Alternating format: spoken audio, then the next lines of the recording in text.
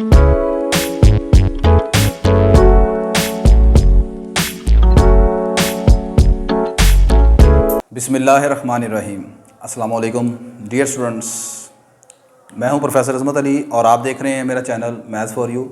आपको numerical analysis की class में वेलकम। न्यूमेरिकल एनालिसिस में आज हम solution of non linear equation को सॉल्व करने के लिए सेकंड मेथड पढ़ेंगे। पहले मैं मेथड ऑफ बाइसेक्शन के मुतालिक डिस्कशन कर चुका हूं। अगर अभी तक आपने प्रीवियस लेक्चर नहीं देखे तो मैंने इस पूरे कोर्स की जो कंप्लीट प्ले लिस्ट है उसका लिंक डिस्क्रिप्शन बॉक्स में रख दिया है। आज हम पढ़ेंगे बेटा मेथड ऑफ फाल्सीफिकेशन और regula falsi method. Method of bisection में जब हम रूट मालूम करते हैं वो एक टाइम टेकिंग प्रोसीजर होता है, थोड़ा सा टाइम ज़्यादा लगता है उसमें रूट मालूम करने के लिए। ये उसकी निस्बत ज़्यादा बेहतर मेथड है। इसमें रूट हमने किस तरह तलाश करना होगा। मेरे पास फ़र्ज़ करें ये कर्व है, हमारे पास इक्वेशन होती है F of x is equal to 0 जो कि नॉन लीनियर इक्वेशन है, ठीक है। इसके ऑपोजिट जब मैं इसे लिखता हूँ y is equal to f of x तो ये कर्व बन जाती है। y is equal to f of x is curve और f of x is equal to 0 जब आप लिखते हैं वो एक इक्वेशन कहलाती है। तो ये एक कर्व है। इस कर्व ने एक्स एक्सिस को जिस पॉइंट पर कट किया उसका नाम हम रख लेते हैं उस पॉइंट का X is equal to are.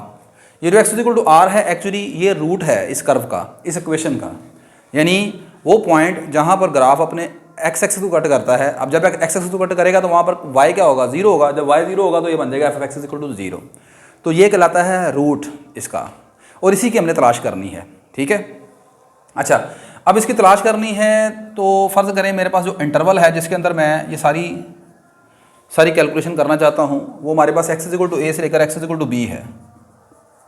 मतलब ये होता है कि आपने पूरे न्यूमेरिकल एनालिसिस में याद रखिएगा, जब भी हम नॉन लीनियर इक्वेशन का सॉल्यूशन मालूम करते हैं तो हम उस इंटरवल के ऊपर बात करते हैं जिसके लिए फंक्शन अपना साइन चेंज करता है। साइन चेंज करने का मतलब है कि x इक्वल टू ए के लिए ग्राफ अपवर्ड है, यानी यहाँ पर जो पॉइंट होगा ये होगा x की वैल्यू a और y की वैल्यू आएगी f ऑफ a, ठीक है। जबकि यहाँ पर x इक्वल टू b के ऑपोजिट ये जो पॉइंट बनेगा यहाँ पर आपका x जो है b है और y की वैल्यू निकलेगी f ऑफ b।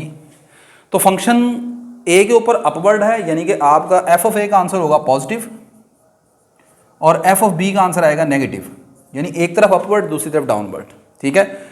ऐसी सूरत में जब होगा तो फिर लाजमन आपका ग्राफ जो है वो एक्स को कट करेगा, और जब वो कट करेगा तो तभी रूट निकलेगा। फ़र्ज़ करें कि आपके दोनों ही ये एंड पॉइंट्स का ऊपर हैं, एक्स एक्सिस से ऊपर हैं, ठीक है, और वो कहीं पर भी एक्स एक्सिस को कट नहीं कर रहा मिसाल के तौर पर, तो उसका कोई भी रूट नहीं होगा, वो कम्प्लेक्स रूट होंगे, ठीक है।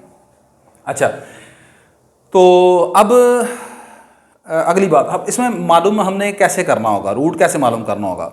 मेथड ऑफ बाइसेक्शन में अगर आपको याद हो तो जब हम रूट मालूम करते थे तो हम दोनों एंड पॉइंट्स का मीन निकाल लेते थे a प्लस बी ओवर 2। अब जो a plus B over 2 number निकलता है, आप जानते हैं ये जो नंबर है, ये जो मीन है, ये हमेशा a और b के दरमियान होता है। एक्चुअली हमने इस रूट के करीब करीब पहुंचना है, चाहे आप इधर लेफ्ट साइड से मूव करें या आप राइट साइड से मूव करें, दोनों सूरतों में आपने इस रूट के करीब पहुंचना है, ठीक है। हम चूंकि एग्जैक्ट रूट नहीं मालूम कर सकते, हम इसके करीब करीब चले जाते हैं। जब हम इसके करीब करीब चले जाते हैं, ठीक है, तो फिर वो जो सोल्यूशन आता है वो अप्रॉक्सीमेट सोल्यूशन का आता है, ठीक है। अब इसके करीब पहुंचने के मुख्तलिफ तरीकाकार हैं। पहला था मेथड ऑफ बाइसेक्शन, वो कहता है कि आप मसलसल इसे हाफ करते जाएं इंटरवल को, ठीक है, इंटरवल की लेंथ को आप हाफ करते जाएं, यानी उनका मीन निकालते जाएं, एक वक्त आएगा आप इस रूट के करीब पहुंच जाएंगे। मेथड ऑफ फाल्सीफिकेशन में ये कहता है कि आप ऐसा करें, आप इन दोनों एंड पॉइंट्स को मिला देते हैं, ये a है ये b है, इन दोनों एंड पॉइंट्स को मिलाने के बाद एक आप कोड बनाएं। कोड आप जानते हैं ऐसी लाइन को कहते हैं जो किसी कर्व के दो एंड पॉइंट्स को मिला रही होती है। तो मैं यहाँ पर क्या करूँगा, इसके दो एंड पॉइंट्स a और b को मिला दूँगा। ये मैंने जैसे मिला दिया,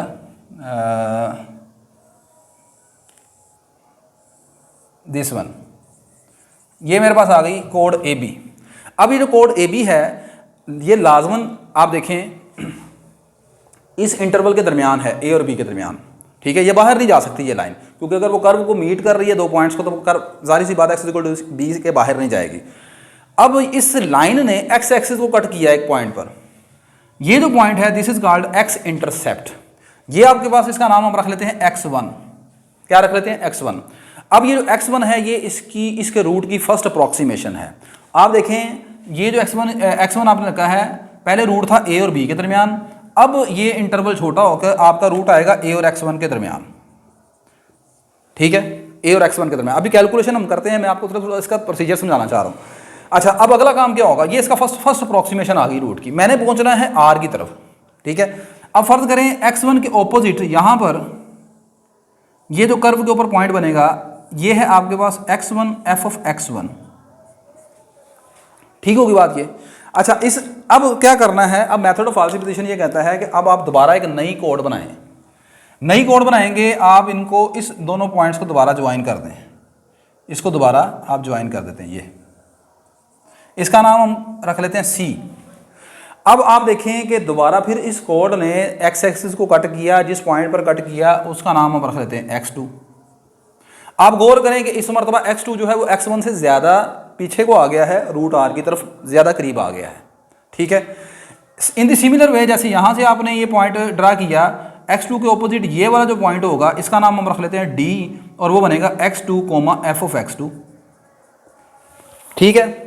इसी तरह ये दोबारा फिर एक प्रोसीजर हम करेंगे, आप x2 के ऊपर दोबारा फिर एक कोड ड्रा करोगे, यानी कि आप दोबारा a और d को मिला देंगे, ये एक नई कोड बन जाएगी। ये इस कोड ने जहां पर x को कट किया होगा वो बन जाएगा x = 3। आप चेक करें कि x3 जो है वो x1 और x2 की निस्बत और ज़्यादा करीब हो गया है। ये प्रोसीजर चलता जाएगा, इस तरह आप बार बार दोबारा कोड मालूम करते रहेंगे।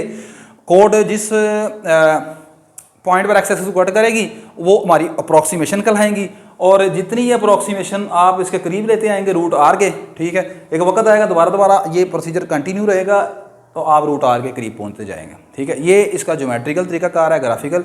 अब जहाँ तक इसको मैथमेटिकल है उसको कैसे लिखना है वो मैं अब आपको बताते हैं। ले बेटा, नेक्स्ट अब यहाँ पर हम इसका जो प्रूफ है या जो सोल्यूशन है किस तरह लिखना है आपने, हम लिखते हैं late f of x = 0 be a non-linear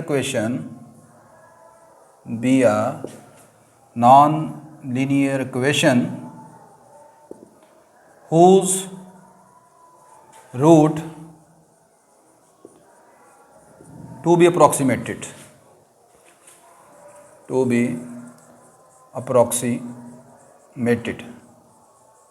फ़र्ज़ कर लें कि हमारे पास ये जो क्वेश्चन है ये नॉन लीनियर क्वेश्चन है, इसके रूट हमने मालूम करने हैं। Let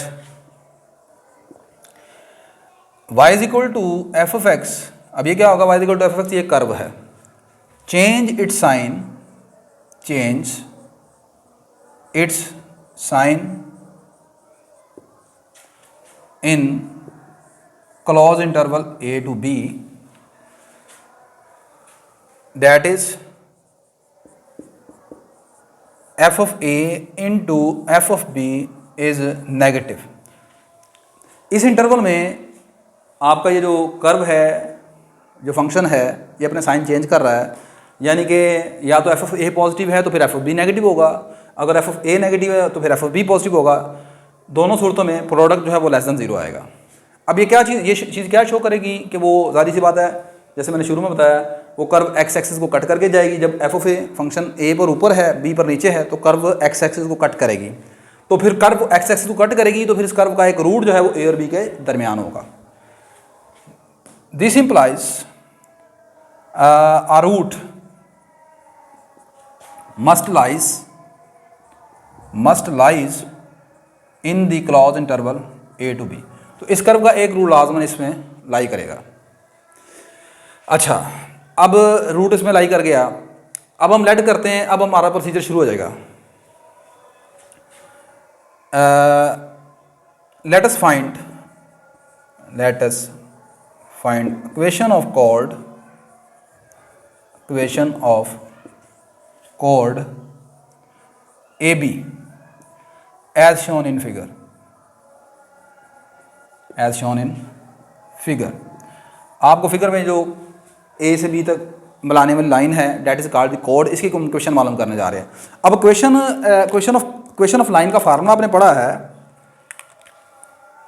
y - y1 = m time x - x1, slope point form. This is the slope point form.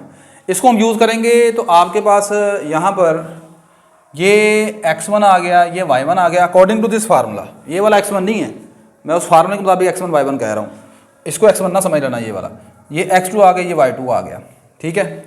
According to that formula, according to this formula हमारे पास यहाँ पर इक्वेशन ऑफ कोड आएगी y माइनस y1 मैं कहता हूँ यहाँ पर f ऑफ a को इक्वल टू, स्लोप का फार्मूला होता है y2 माइनस y1, यानी कि f of b minus f of a over x2 minus x1।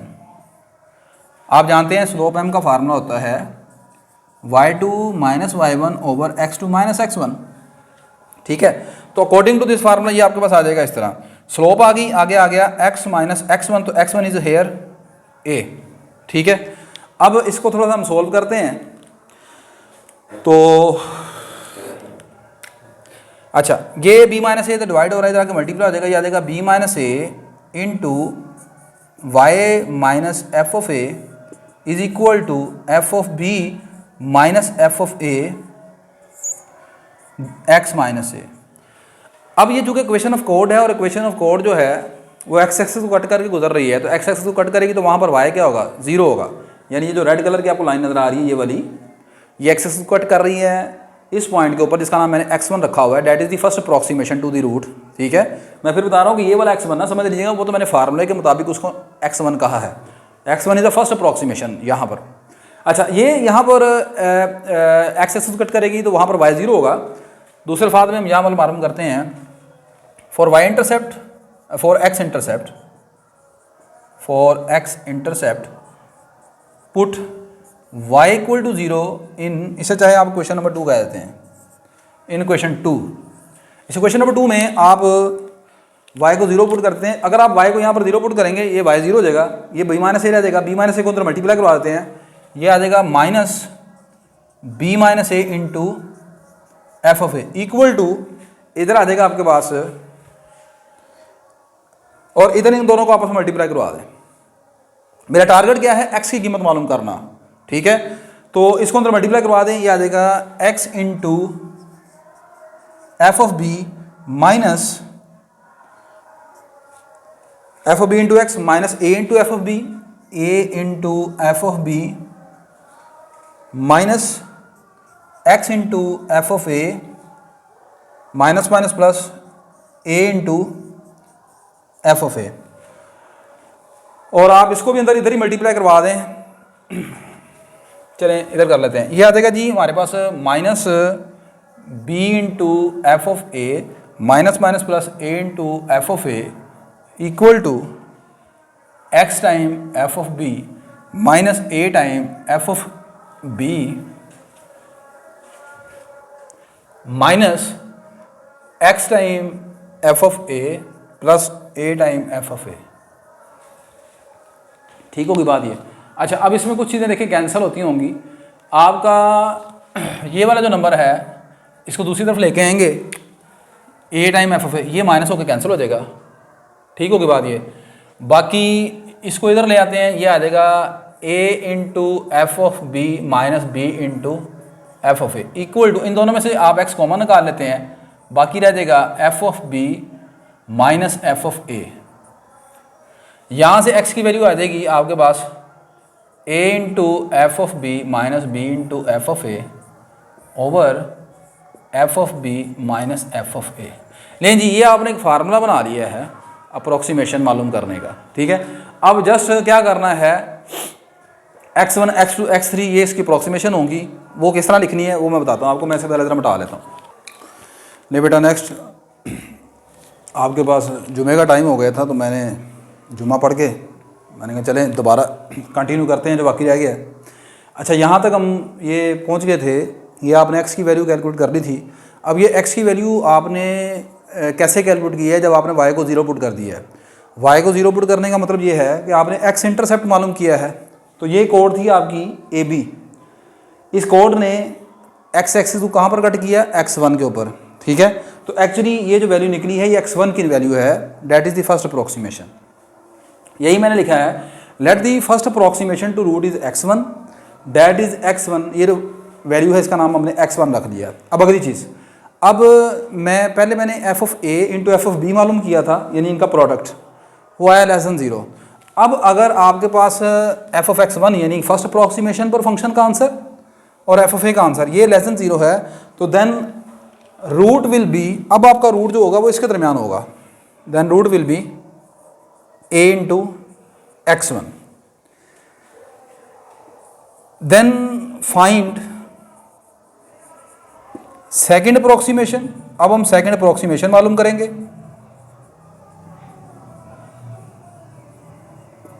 That is x2। और वो सेकेंड अप्रोक्सीमेशन अब कैसे मालूम होगी, वेयर, अब चूंकि आपका रूट जो है वो इस इंटरवल में है a और x1 में, पहले आपका इंटरवल था a से b के दरमियान, तो अब आपने करना क्या होगा, x2 की वैल्यू मालूम करने के लिए ये आपके पास बनेगा इस तरह, आपने b की जगह x2 x1 को लिख देना है। अब आपका रूट a से x1 के दरमियान है, a से b के दरमियान नहीं है, तो आपने क्या करना है, b की जगह x1 लिख देंगे minus x1 into F of a over f of x1 minus f of a. ये आपके पास आ जाएगी सेकेंड अप्रोक्सीमेशन। लेकिन ऑन दी अदर हैंड अगर आपकी बात ये हुई कि ये जो प्रोडक्ट है ये लेस देन 0 ना हुआ, तो फिर क्या होगा, if on other hand if ये जो प्रोडक्ट आपने मालूम किया ये होगा ग्रेटर देन 0, ये लेस देन 0 होगा, तो फिर आप सेकंड अप्रोक्सीमेशन मालूम करेंगे इस इंटरवल में। लेकिन अगर आपके पास ये प्रोडक्ट होगा ग्रेटर देन 0, देन आपका जो रूट होगा, then root will be in. अब इसका प्रोडक्ट पॉजिटिव है, ठीक है, तो इसका मतलब ये है कि आपका जो रूट है वो इस इंटरवल में नहीं है, a से x1 में नहीं है। अब आपका इसका मतलब ये है a से x1 यहाँ पर रूट नहीं होगा, अब इस इंटरवल के दरमियान रूट होगा, x1 से b के दरमियान, x1 से b के दरमियान, तो नो प्रॉब्लम। अब इसके दरमियान होगा, तो अब ऐसी सूरत में सेकंड अप्रोक्सीमेशन का नाम क्या होगा, वो होगा x2 ही। लेकिन अब वो x2 कैसे मालूम होगा, इस मरतबा आपका इंटरवल शुरू हो रहा है x1 से, पहले स्टार्ट हो रहा था a से, तो ऐसी सूरत में अगर आपने सेकंड अप्रोक्सीमेशन मालूम करनी होगी तो वो लिखने की जरूरत नहीं है बीच में। ऐसी सूरत में सेकंड अप्रोक्सीमेशन का फार्मूला बनेगा। अब आप क्या करोगे, यहाँ पर x1 से स्टार्ट हो रहा है, यहाँ पर a से स्टार्ट हो रहा है, तो आपने a की जगह x1 लिख देना है। यह आ जाएगा x1 into F of b minus b into F of x1 over f of b minus f of x1। इस मरतबा आपका सेकंड अप्रोक्सीमेशन ये हो जाएगी, ठीक है। आगे आप लिखेंगे continuing this process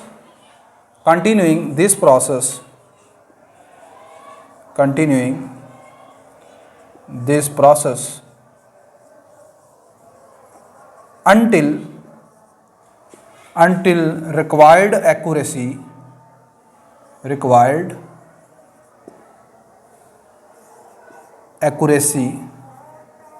is obtained।